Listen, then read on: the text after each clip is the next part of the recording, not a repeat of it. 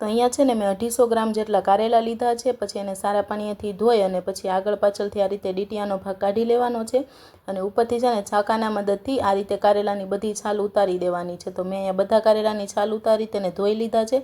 હવે વચ્ચે આ રીતે કટ લગાવી અંદરથી છે ને બીનો બધો ભાગ કાઢી લેવાનો છે।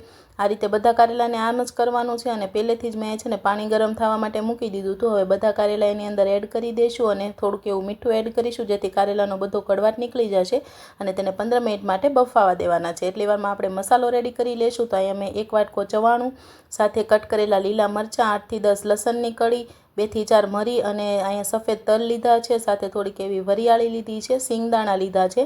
હવે સ્વાદ અનુસાર મીઠું, હળદર પાવડર, પછી એની અંદર છે ને હિંગ અને ધાણા જીરું પાવડર, થોડુંક એવું લાલ મરચું પાવડર એડ કરી અને ફાઇન પીસી લેવાનું છે અને આ રીતનો છે ને પાવડર બનાવીને રેડી કરવાનો છે। તો અહીંયા મસાલો રેડી થઈ ગયો છે। બસ હવે એને એક તપેલીમાં કાઢી લીધો છે। હવે તેમાં લીલા ધાણા, અડધું લીંબુ એડ કરવાનું છે, સાથે છે ને અહીં મેં ગળપણ માટે ગોળ લીધો છે, સાથે થોડુંક એવું તેલનું મોણ દઈ આ રીતે બધો મસાલો છે ને મિક્સ કરવાનો છે અને આ રીતનો મસાલો બનાવીને રેડી કરવાનો છે। હવે કારેલા સ્ટીમ થઈ ગયા છે ને તો એને ચાકાની મદદથી આ રીતે જોઈ લેવાના છે અને બધા કારેલા કાઢી તેને ઠંડા કરી લેવાના છે।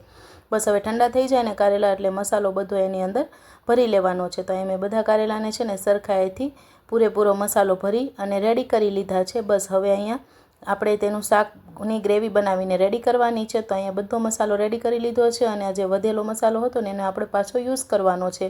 તો અહીંયા ઝીણા એવા કાંદા સુધારી લીધા છે અને સાથે એક ટમેટું પણ સુધારી લીધું છે। બસ હવે કઢાઈમાં તેલ મૂકી તેમાં થોડીક હિંગ, રાઈ જીરું એડ કરીશું। અહીંયા મેં છે ને સૂકું મરચું અને લીમડો એડ કર્યો છે, પછી ટમેટા અને કાંદા એડ કરી તેને સરખાઈથી મિક્સ કરી લીધું છે। હવે એમાં થોડુંક એવું મીઠું, હળદર પાવડર, સાથે ધાણા જીરું પાવડર અને લાલ મરચું પાવડર એડ કરી તેને સરખાઈથી એકવાર મિક્સ કરી લેશું। હવે જે મસાલો વધેલો હતો ને એડ કરવાનો છે અને ઉપરથી થોડુંક એવું પાણી એડ કરી દેવાનું છે અને તેને સરખાઈથી મિક્સ કરવાનું છે। ગ્રેવીમાં જ્યાં સુધી આ રીતે તેલ છૂટું ના પડે ને ત્યાં સુધી તેને પાકવા દેવાની છે। પછી બધા કારેલા અંદર એડ કરી આ રીતે તેને સરખાઈથી મિક્સ કરવાનું છે। હવે તમારે છે ને ગ્રેવીવાળું ખાવું હોય ને તો એને નથી પકાવવાનું અને જો તમારે ઓછી ગ્રેવી કરવી હોય ને તો તેને થોડીક વાર પકાવવા દેવાનું છે અને લીલા ધાણાથી ગાર્નિશ કરવાનું છે। તો રેડી છે આપણું કારેલાનું શાક, સાથે છે બાજરાનો રોટલો, ભરેલા કારેલાનું શાક અને કેરીનો અથાણો। વિડીયો ગમ્યો તો લાઈક, શેર અને સબસ્ક્રાઈબ।